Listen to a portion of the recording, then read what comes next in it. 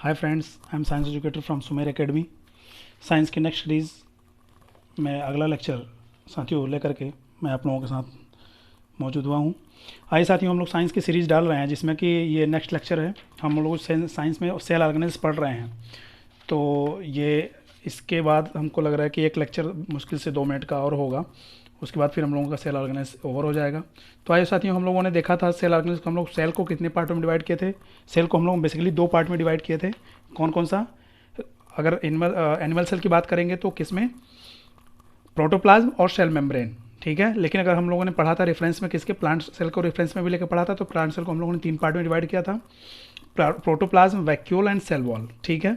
और फिर फर्दर हम लोगों ने प्रोटोप्लाज्म को किस में डिवाइड किया था? Again nucleus and cytoplasm. और साइटोप्लाज्म को हम लोग 2 पार्ट में डिवाइड करके मेटाबोलिकली एक्टिव पार्टिकल्स और मेटाबोलिकली इनएक्टिव मैटर पढ़ करके फिर हम लोग मेटाबोलिकली एक्टिव पार्टिकल्स में हम लोगों ने जितने सेल ऑर्गेनेल्स थे उसको हमने देख लिया था।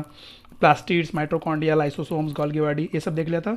अब ये जो दूसरा पार्ट है न्यूक्लियस, जो था, जो प्रोटोप्लाज्म का दूसरा पार्ट था न्यूक्लियस, अब हम लोग उसकी सीरीज देखने जा रहे हैं। आइए दोस्तों, न्यूक्लियस बेसिकली हम इसको 4 पार्ट में डिवाइड कर सकते हैं। पहला न्यूक्लियर मेम्ब्रेन, दूसरा न्यूक्लियोप्लाज्म, तीसरा न्यूक्लियोलस, और फोर्थ नंबर पे है क्या? Chromatin thread. और न्यूक्लियोलस की खोज साथियों किसने की थी? फोंटाना नामक साइंटिस्ट ने 1718 में की थी।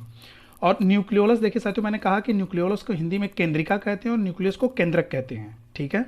और न्यूक्लियोलस जो होता है वो केंद्रक के अंदर पाया जाता है। किसी किसी प्लांट्स में तो ऐसा भी होता है कि एक न्यूक्लियस के अंदर कई न्यूक्लियोलस पाए जा सकते हैं, यानी एक केंद्रक के अंदर कई केंद्रिकाएं पाई जाती हैं। और इन चारों पार्ट में आप जानते हैं कि न्यूक्लियर मेम्ब्रेन, यानी न्यूक्लियस को जो चारों तरफ से घेरे रहता है उसको न्यूक्लियर मेम्ब्रेन कहते हैं। न्यूक्लियोप्लाज्म क्या होता है? न्यूक्लियस के अंदर का जो जिलेटिनस पदार्थ होता है, सब्सटेंस होता है, उसको हम क्या बोलते हैं? न्यूक्लियोप्लाज्म बोलते हैं। और न्यूक्लियोलस मैंने बता ही दिया कि केंद्रक के अंदर केंद्रिका पाई जाती है। और क्रोमैटिन थ्रेड, ये जो है आनुवंशिक पदार्थ होता है, हेरिडिटरी मटेरियल जो होता है न्यूक्लियस के अंदर, उसको हम क्रोमैटिन थ्रेड बोलते हैं। और इसमें इंपॉर्टेंट जो है वो जो पढ़ना हम लोगों का है वो क्रोमैटिन थ्रेड ही पढ़ना है, ठीक है। आइए दोस्तों देखते हैं कि क्रोमैटिन थ्रेड क्या होता है। साथियों, केंद्रक का सबसे महत्वपूर्ण भाग क्या होता है? क्रोमैटिन थ्रेड, ठीक है। इसे हम क्या कहते हैं? इसे न्यूक्लियोप्रोटीन भी कहते हैं, ठीक है। इसको हम न्यूक्लियोप्रोटीन भी कहते हैं। जो न्यूक्लिक अम्ल और जो न्यूक्लिक एसिड, हाँ, न्यूक्लिक अम्ल, न्यूक्लिक एसिड और क्षारीय प्रोटीन से बनता है, ठीक है, बेसिक प्रोटीन से बनता है। क्षारीय प्रोटीन विशेष रूप से किसको कहते हैं? हिस्टोन को कहते हैं, जो किसका बना होता है? जो अमीनो अम्लों का बना होता है। मैंने बताया था कि हिस्टोन प्रोटीन कई बार क्वेश्चन से पूछा जा सकता है, जा चुका है कि हिस्टोन प्रोटीन कहाँ पाई जाती है। तो मैंने बता दिया आपको, पहले लेक्चर में भी बताया, इसके पहले वाले में भी, कि हिस्टोन प्रोटीन किससे जुड़ा होता है? डीएनए से जुड़ा होता है, क्रोमैटिन से जुड़ा होता है, ठीक है।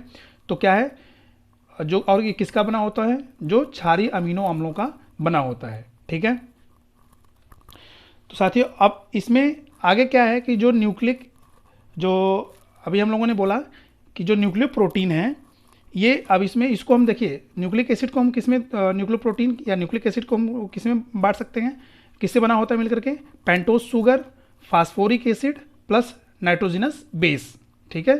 न्यूक्लिक एसिड जो किन किन चीज़ों से मिलकर बनता है? पेंटोज शुगर, ठीक है। पेंटोज इसको इसलिए बोलते हैं क्योंकि इसमें 5 शुगर की जो नंबर ऑफ शुगर्स होते हैं वो 5 होता है। और क्या होता है? फास्फोरिक एसिड होती है, ठीक है।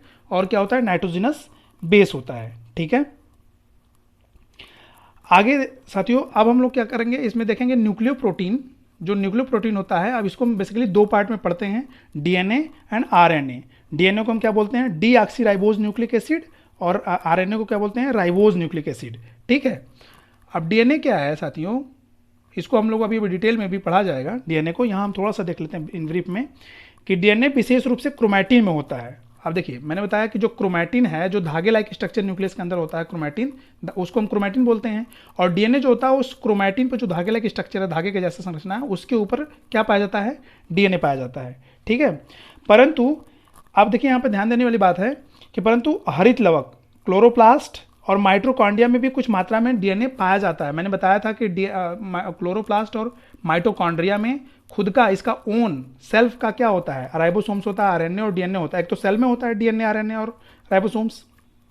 लेकिन प्लास्टिड्स और माइटोकॉन्ड्रिया के खुद के भी क्या होते हैं? डीएनए, आरएनए और राइबोसोम्स। इसीलिए हम इसको क्या बोलते हैं? सेमी ऑटोनॉमस भी बोलते हैं, ठीक है।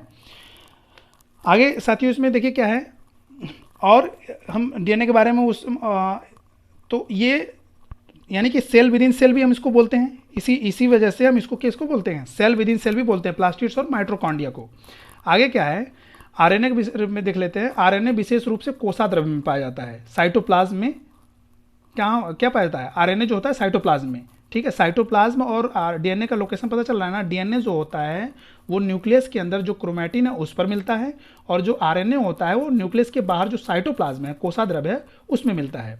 और आरएनए का निर्माण डीएनए से होता है। डीएनए जब इसको ऑर्डर करता है आरएनए के फॉर्मेशन के लिए, तो उसमें अभी आरएनए हम लोग पढ़ेंगे। आरएनए बेसिकली 3 टाइप के होते हैं, तो उसमें क्या होता है, आरएनए का फॉर्मेशन डीएनए के ऑर्डर से होता है, ठीक है। आगे देखेंगे साथियों, अब थोड़ा सा डीएनए हम लोग थोड़ा सा डिटेल में देख लेते हैं। डीएनए की खोज जो है वाटसन एवं क्रिक नामक साइंटिस्ट ने की थी, ठीक है। ऐसे साथियों अगर अच्छा डीएनए ये डबल हेलिकल मॉडल इन्होंने दिया था, वाटसन एंड क्रिक ने डीएनए का डबल हेलिकल मॉडल इन 1953 में दिया था।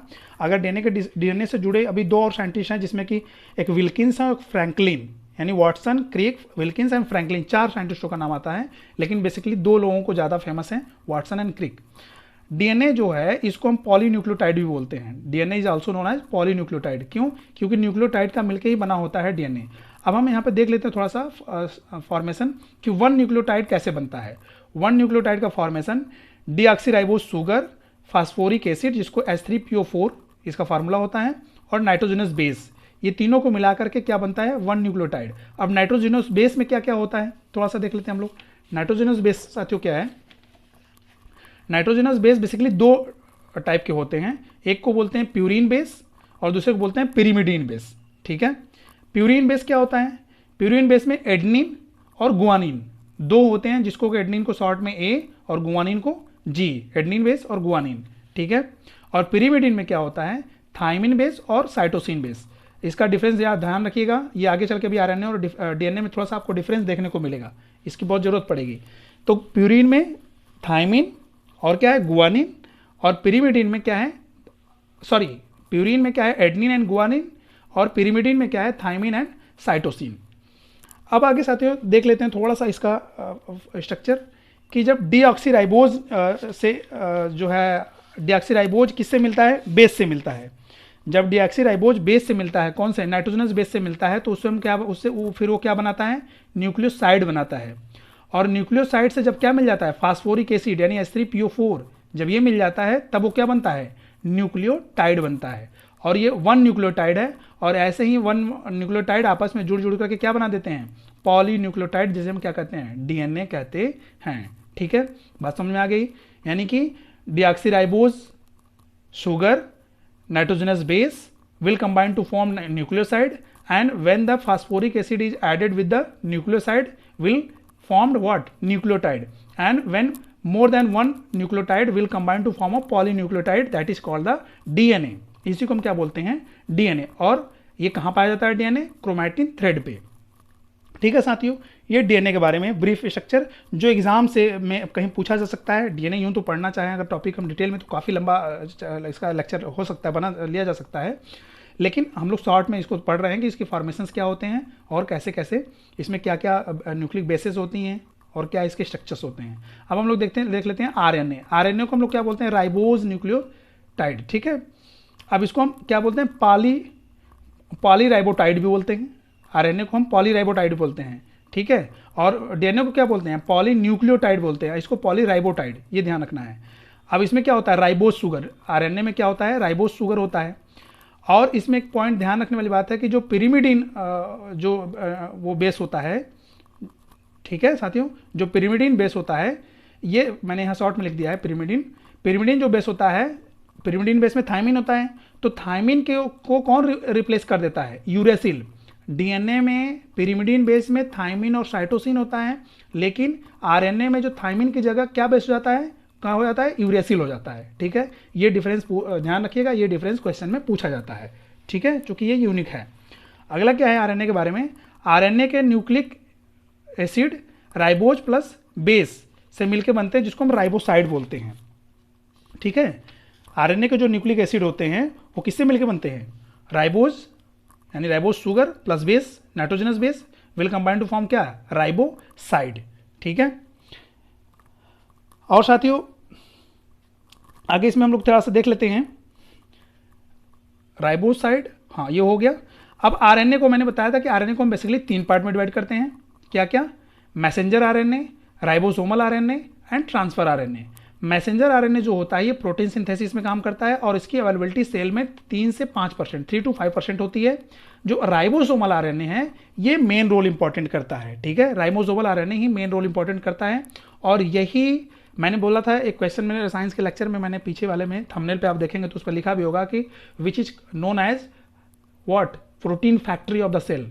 सेल की प्रोटीन फैक्ट्री किसको बोलते हैं, ठीक है, तो राइबोसोम्स को हम क्या बोलते हैं, प्रोटीन फैक्ट्री। क्यों, क्योंकि प्रोटीन का जो सिंथेसिस होता है वो राइबोसोम्स पे ही होता है, ठीक है। और बेसिकली उसमें भी खास तौर से जो राइबोसोमल आरएनए होते हैं वो किस में हेल्प करते हैं, हेल्प इन प्रोटीन फॉर्मेशन, और यही लीड रोल प्ले करता है। और इसकी सेल में कितनी परसेंटेज अवेलेबिलिटी होती है, 80%। राइबोसोमल आरएनए ही 80% जो है क्या होता है, सेल के अंदर होता है, जो प्रोटीन सिंथेसिस में हेल्प करता है। और जो ट्रांसफर आरएनए होता है, ट्रांसफर आरएनए भी इसका हेल्प करता है। और मैसेंजर आरएनए साथियों जो होता है, जो मैसेंजर आरएनए इसकी मैं बात कर रहा हूं, यह डीएनए के द्वारा बनकर केंद्रक से बाहर कोशाद्रव्य में आ जाता है। डीएनए तो न्यूक्लियस के अंदर होता है, केंद्रक के अंदर। तो जो मैसेंजर आरएनए होता है, यह डीएनए जब ऑर्डर करता है प्रोटीन सिंथेसिस के लिए आरएनए को, तो क्या होता है कि वहां से मैसेंजर आरएनए मैसेज लेकर के सेल के बाहर सेल में आ जाता है, ठीक है, न्यूक्लियस के बाहर सेल में आता है, कोशाद्रव्य में आता है, और केंद्रक से आदेश लेकर विभिन्न प्रकार के प्रोटीन बनाता है, ठीक है। कौन, मैसेंजर आरएनए। मैंने बता दिया कि पूरे सेल के आरएनए का कितना परसेंट, 3 to 5% होता है, ठीक है। और मैंने जो आपको ये बता दिया, अच्छा राइबोसोमल आरएनए मैंने बता ही दिया कि मेन लीड रोल ये प्ले करता है प्रोटीन फॉर्मेशन में, ठीक है। और जो ट्रांसफर आरएनए होता है, ट्रांसफर आरएनए ये क्या होता है, प्रोटीन संश्लेषण में ये भी हेल्पफुल होता है। और खासकर क्या होता है, प्रोटीन संश्लेषण में आवश्यक विभिन्न प्रकार के अमीनो अम्लों को राइबोसोम्स पर लाता है। जो अमीनो अम्लों की जरूरत पड़ती है प्रोटीन सिंथेसिस में, वो ट्रांसफर आरएनए, चूंकि इसका नाम ही ट्रांसफर है, ये ट्रांसफर आरएनए उसको लेकर के आता है, ठीक है साथियों। और एक चीज यहां देखें, एक टर्म है ट्रांसक्रिप्शन। ट्रांसक्रिप्शन क्या होता है, डीएनए से आरएनए का संश्लेषण या आरएनए का बनना ही क्या कहलाता है, ट्रांसक्रिप्शन कहलाता है, ठीक है। आइए अब क्रोमोसोम्स देख लेते हैं। क्रोमोसोम्स क्या होता है साथियों, क्रोमोसोम्स की क्रोमोसोम्स सबसे पहले वाल्डेयर नामक साइंटिस्ट ने 1888 में इसको इस्तेमाल किया था, ठीक है। और यह क्या है, कोसा विभाजन के समय क्रोमैटिन जालिका धागे के समान रचनाएं छोटे छोटे टुकड़ों के रूप में स्पष्ट हो जाती है, बढ़ जाती है, जिसको हम गुणसूत्र कहते हैं। जब सेल डिवाइड होता है, जब सेल का डिवीजन होता है, ठीक है, तो उस समय क्या होता है, जो ये क्रोमैटिन थ्रेड है, जो धागे लाइक स्ट्रक्चर होता है, ये आपस में क्या हो जाते हैं, ये आपस में जुड़ करके मीन्स संकुचित होकर के दो छोटे छोटे टुकड़ों में बढ़ जाते हैं, ठीक है, जिसको हम क्या बोलते हैं, गुणसूत्र। और ये तब होता है जब मियोसिस डिवीजन होता है, यानी कि जब सेल डिवीजन, ये चूंकि ये अभी हम लोग हेरिडेटरी मेटेरियल के बारे में बात कर रहे हैं, तो ये सेक्स सेल्स के अंदर पाई जाती हैं, जो लैंगिक कोशिकाएं होती हैं उनके अंदर ये क्रोमोसोम्स होते हैं। तो ये जो क्या करते हैं, ये पेरेंट्स से जो कैरेक्टर्स होते हैं पेरेंट्स के, वो बच्चों में ट्रांसफर करने के लिए इनका क्रोमोसोम्स का भी डिवीजन हो जाता है, जिसको कि हम क्या बोलते हैं, गुणसूत्र या क्रोमोसोम्स बोलते हैं, ठीक है। अच्छा साथियों, इसमें थोड़ा सा एक चीज़ और ध्यान रखने की बात है, आप मैंने यहाँ लिखा नहीं है लेकिन आप जरूर, मैं एक्सप्लेन कर दे रहा हूँ कि आप और 2 टर्म सुने होंगे, हेटेरोक्रोमैटिन और यूक्रोमैटिन। तो हेटेरोक्रोमैटिन क्या होता है, जब सेल डिवीजन कोसा विभाजन के समय जो हल्का रंग लेता है, ठीक है, जब सेल डिवीजन होता है, तो सेल डिवीजन के समय, कोशिका विभाजन के समय जो गहरा रंग लेता है उसको हम हेटेरोक्रोमैटिन बोलते हैं, और सेल डिवीजन के समय जो हल्का रंग लेता है उसको हम यूक्रोमैटिन बोलते हैं। और यूक्रोमैटिन ही आनुवंशिकी की दृष्टि से गतिशील या एक्टिव समझा जाता है, यही ज़्यादा जो है हेरिडिटरी के रूप में इसी को ज़्यादा कंसिडर किया जाता है, ठीक है। और डीएनए से आरएनए का बनना ही ट्रांसक्रिप्शन कहलाता है, मैंने आपको बता ही दिया, ठीक है साथियों। तो ये आज का लेक्चर सेल ऑर्गेनेल्स के बारे में। मैंने ये भी बता दिया कि वाल्डेयर नामक साइंटिस्ट ने केंद्रक में पाई जाने वाली जो ये पहली अभिरंजक या स्ट्रेन थी, उसको क्या गुणसूत्र का नाम दिया था, ठीक है। तो साथियों, ये सेल ऑर्गेनेल्स का लेक्चर आज यही ओवर होता है। मुझे लग रहा है कि इसके बाद एक लेक्चर मुश्किल से और आपको पढ़ेंगे सेल आर्गेनाइज के 8 से 10 मिनट का। उसके बाद हम लोग सेल आर्गेनाइज हम लोगों का कंप्लीट हो जाएगा, और उसके बाद फिर हम लोग क्या से इस चैप्टर से रिलेटेड जितने क्वेश्चंस बन सकते हैं एमसीक्यूज टाइप के, उसको हम लोग देखेंगे। ठीक है साथियों, तो हम लोगों की प्रैक्टिस भी हो जाएगी और कहीं से क्वेश्चंस छूटेगा भी नहीं। तो साथियों, आज के लिए ये लेक्चर यहीं पे एंड होता है। अगर आपको कंटेंट पसंद आया तो आप इसको शेयर करें, लाइक करें चैनल को, लेक्चर को, और चैनल को सब्सक्राइब भी करें, अपने दोस्तों को भी बताएं। Thank you.